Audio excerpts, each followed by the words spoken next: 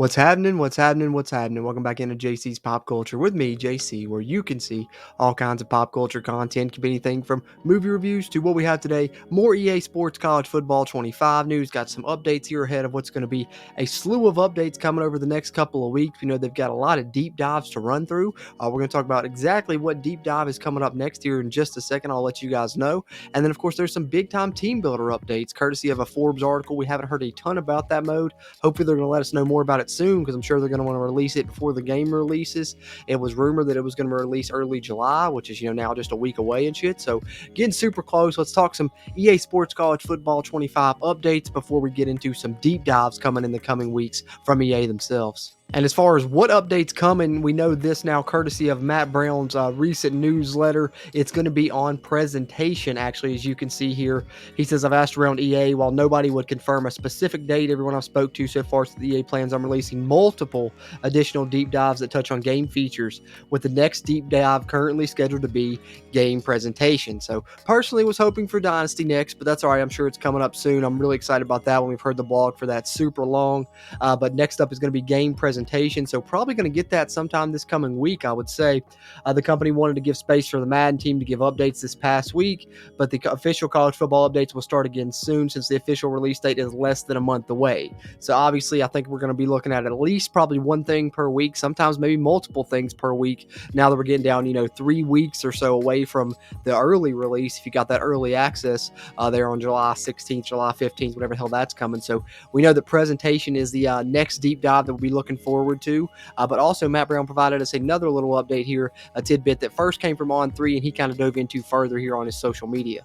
And that's regards to opt-ins. I mean, I think that they certainly went above expectations. As you can see here, On3 reported that 14,000 players opted in. Only 11,000 was kind of what they were hoping to get.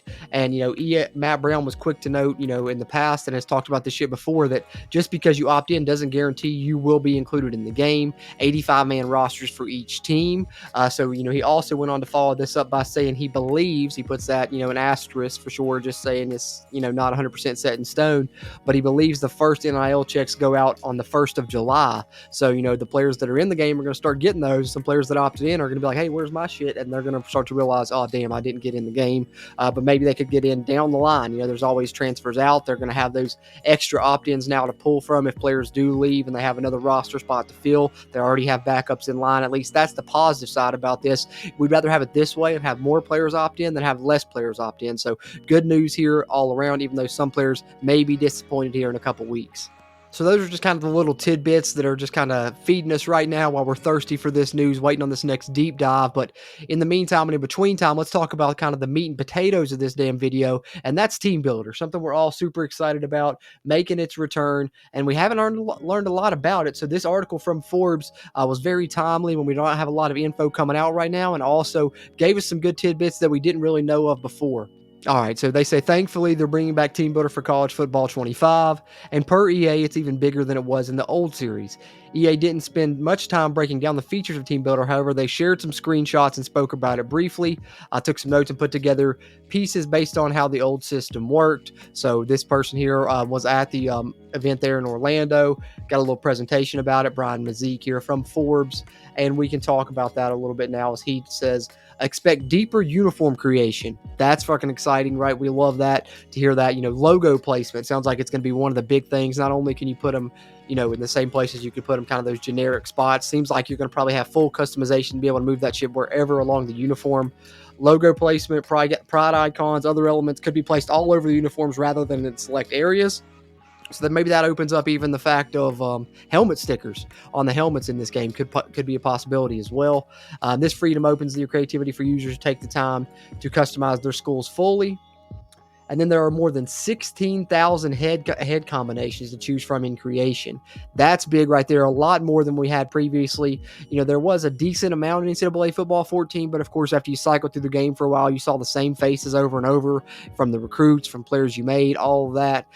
When creating players, College Football 25 has added 16,000 head combinations. We can think, the large amount of people that's going to be in this game. We know it's a large undertaking, probably the most likenesses that have ever been created for a sports video game. And because of that, they've been able to collect a lot of data and create all this.